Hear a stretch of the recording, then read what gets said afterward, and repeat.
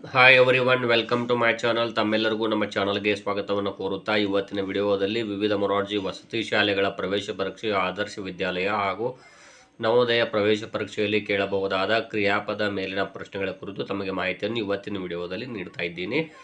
ಮೊದಲನೇದಾಗಿ ಕ್ರಿಯಾಪದ ಅಂದರೆ ಏನು ಅನ್ನೋದನ್ನು ನೋಡೋಣ. ಇಲ್ಲಿ ನೋಡ್ಬೋದು, ಕರ್ತೃವಿನ ಕ್ರಿಯೆಯನ್ನು ಹೇಳುವ ಪದವೇ ಕ್ರಿಯಾಪದ. ಇದು ಕರ್ತೃವು ಮಾಡುವ ಕೆಲಸವನ್ನು ತಿಳಿಸುವುದರಿಂದ ವಾಕ್ಯದಲ್ಲಿ ಪ್ರಧಾನ ಪಾತ್ರ ವಹಿಸುತ್ತದೆ.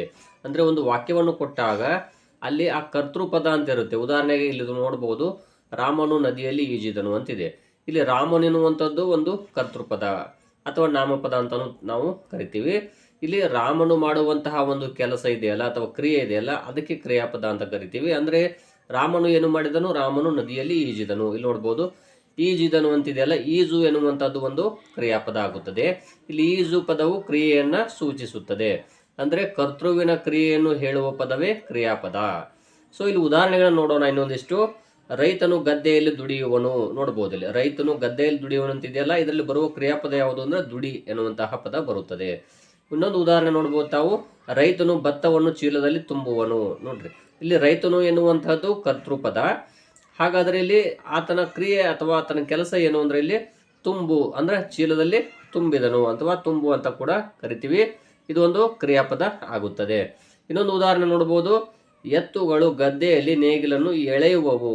ಇಲ್ಲಿ ಎತ್ತುಗಳು ಎನ್ನುವಂಥದ್ದು ಕರ್ತೃಪದ ಆಗುತ್ತೆ.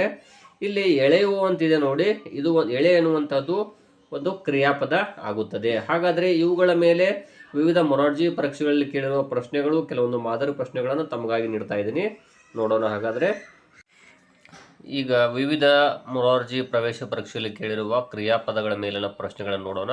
ಮೊದಲನೇದಾಗಿ, ರೈತನು ಹೊಲಕ್ಕೆ ಹೋದನು. ಈ ವಾಕ್ಯದಲ್ಲಿನ ಕ್ರಿಯಾಪದ 4 ಆಪ್ಷನ್ಸ್ಗಳು ಇಲ್ಲಿ ನೋಡ್ಬೋದು. ಎ ರೈತನು, ಬಿ ಹೊಲಕ್ಕೆ, ಸಿ ಹೋಗು, ಡಿ ಯಾವುದು ಅಲ್ಲ ಅಂತಿದೆ.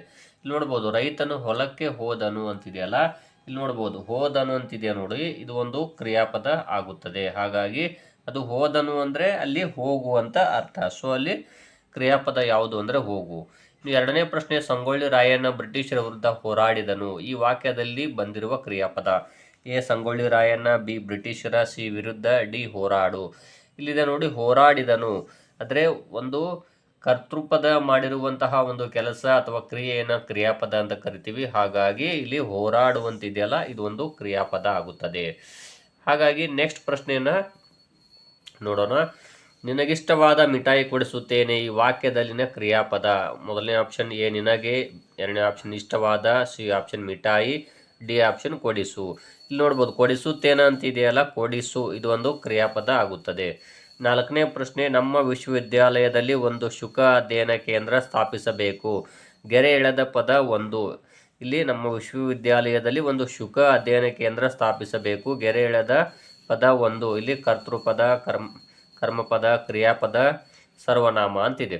ಇಲ್ಲಿ ನೋಡ್ಬೋದು, ನಮ್ಮ ವಿಶ್ವವಿದ್ಯಾಲಯದಲ್ಲಿ ಒಂದು ಶುಕ ಅಧ್ಯಯನ ಕೇಂದ್ರ ಸ್ಥಾಪಿಸಬೇಕು ಅಂತಿದೆಯಲ್ಲ, ಈ ಪದದ ಇದಕ್ಕೆ ಏನಂತ ಕರಿತೀವಿ ವ್ಯಾಕರಣದಲ್ಲಿ ಅಂದರೆ ಇದೊಂದು ಕ್ರಿಯಾಪದ ಆಗುತ್ತದೆ. ಅದೇ ರೀತಿಯಾಗಿ ನೆಕ್ಸ್ಟ್ ಪ್ರಶ್ನೆ ನೋಡೋಣ. ರೈತನು ಗದ್ದೆಯಲ್ಲಿ ದುಡಿಯುವನು. ಗೆರೆ ಎಳೆದ ಪದ ಒಂದು. ಎ ಕರ್ಮಪದ, ಬಿ ಕ್ರಿಯಾಪದ, ಸಿ ನಾಮಪದ, ಡಿ ಸರ್ವನಾಮ. ಇದು ಒಂದು ಕ್ರಿಯಾಪದ ಆಗಿದೆ. ಅಂದರೆ ಕರ್ತೃಪದದ ಏನು ಒಂದು ಕೆಲಸ ಇದೆಯಲ್ಲ, ಆ ಕ್ರಿಯೆಗೆ ನಾವೇನಂತೀವಿ ಕ್ರಿಯಾಪದ ಅಂತ ಕರಿತೀವಿ. ಹಾಗಾಗಿ ಇದು ಆನ್ಸರ್ ಯಾವುದಾಗುತ್ತೆ? ಕ್ರಿಯಾಪದ ಆಗುತ್ತದೆ. ಈ ರೀತಿಯಾಗಿ ತಾವುಗಳು ಇಲ್ಲಿ ವಿವಿಧ ಮೊರಾರ್ಜಿ ವಸತಿ ಶಾಲೆಗಳ ಪ್ರವೇಶ ಪರೀಕ್ಷೆ, ಆದರ್ಶ ವಿದ್ಯಾಲಯ, ಮೈನಾರಿಟಿ ಮೊರಾರ್ಜಿ ಆಗಿರ್ಬೋದು, ಅದರೊಂದಿಗೆ ನವೋದಯ ಎಕ್ಸಾಮಲ್ಲಿ ಕ್ರಿಯಾಪದಗಳ ಮೇಲೆ ಕೇಳಿರುವಂತಹ ಪ್ರಶ್ನೆಗಳನ್ನು ಈ ರೀತಿ ತಾವು ಫೈಂಡ್ ಔಟ್ ಮಾಡಬೇಕು ಅಂತ ತಿಳಿಸ್ತಾ ಇದ್ದೀನಿ. ಧನ್ಯವಾದಗಳು.